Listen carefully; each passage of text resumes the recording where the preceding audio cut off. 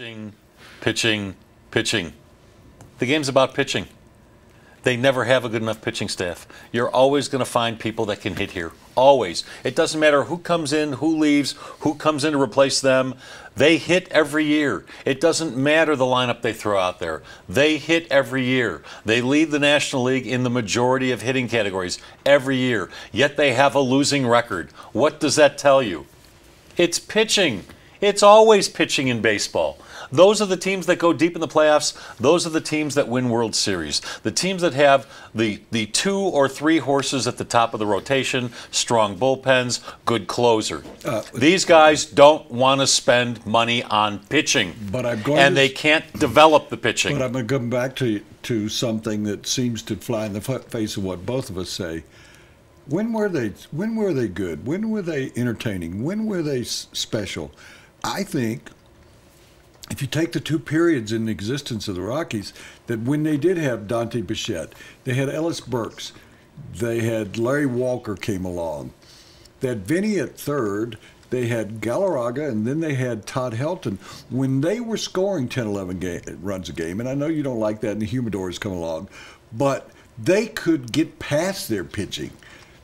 1 year, Woody. 1 year they went to the playoffs with those lineups. But for 5 or 6 years, they were a very entertaining, good team. They finished second or third. They did have 4 winning seasons during that period of time.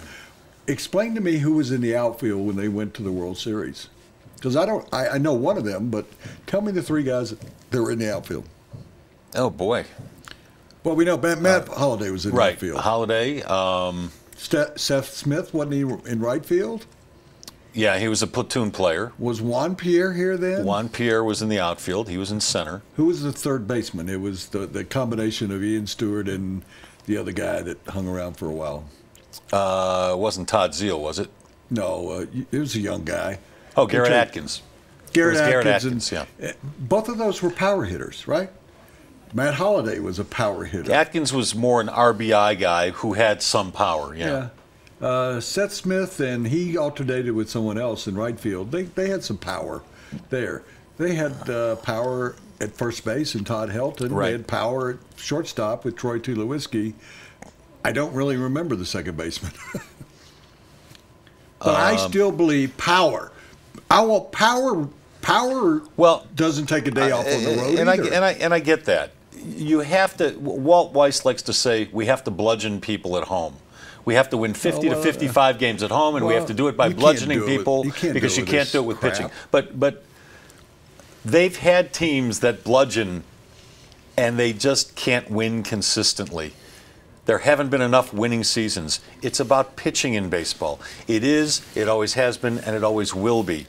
So if you get good pitching, if you spend more money on pitching, you have to go out into the free agent market and bring them in, or you have to be able to develop them, or a combination of both. If your pitchers get hurt at home, and they will because it's Coors Field, you still have good enough pitching to go on the road and win games. Good pitching wins anywhere and everywhere. Is it K pitchers or pitch to contact? Well, in this day and age, where it's not a stigma to strike out, guys are willing to put up big strikeout numbers, meaning hitters. Yeah, go out and get strikeout pitchers. Especially here, if you pitch to contact at Coors Field, a lot of those balls are going to go. That's right. So bring in guys who are strikeout pitchers. That's what I can. If they're not on base, then you avoid the 2 and 3 run homer. Question you and I have never talked about. We've talked about just about everything in regard to the Rockies and baseball. How about a knuckleballer? Well, I don't know if the ball will knuckle all that well here. Do you remember the Marlins had a great knuckleball pitcher? Charlie Huff?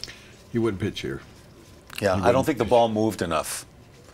The air Plus, resistance? it's dry. The ball is drier, and it's harder to grip the ball. And you really need a good, solid grip with that knuckleball on your fingernails. Would you not explore that? I agree with you. Air resistance is different here. Dryness of the ball. Wouldn't you, though, would you go out and say, we're going to get a knuckleball player, develop him in the minor leagues, take an old outfielder or something, and see if it couldn't work? Tried everything Worth a try. They have never had a knuckleball pitcher in the history of the franchise. Yeah. And I know Well, there aren't a whole lot of them around anymore. I mean, there's usually only one or two in the point. majors who even throw it. Who besides R.A. Dickey even throws it anymore? We've got to think outside the mound. If you'll take that as outside the batter's box of why not a knuckleball pitcher and let's see what would happen. What would be the worst thing? I think everybody's overthinking it, Woody.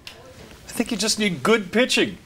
You just need good pitching that can win at home and on the road. But, and I go back, and sorry we're carrying this on, but I go back. You heard me weeks ago when I said they're not spending. They're among the lowest spenders of percentage of their salary on pitching. Right. That should be the highest. Instead of 30%, it should be 75%. Absolutely. Because I can find guys off the scrap heap, like Justin Miller, to play for me. I can find guys. Remember Jeff Kingery? Not Jeff Kingery, the other Kingery? Mike Kingery came in here and hit 350 as a part-time player. That's what I'm saying. You can always find guys to hit here. So why wouldn't you then, if that's the case, say, all right, we're going to get rid of Carlo and Tulo and De La Rosa, and we're freeing up $48 million. And we're going to spend $48 million plus what we're already spending on pitching.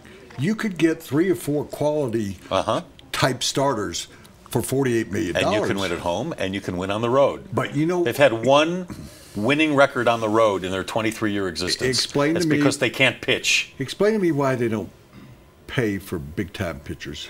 Is there a reason? Well, yeah. Is there a history? Well, yeah. They got burned by Nagel and Hampton, and they're still trying to get the scars to heal. Has anybody here not been in a car wreck?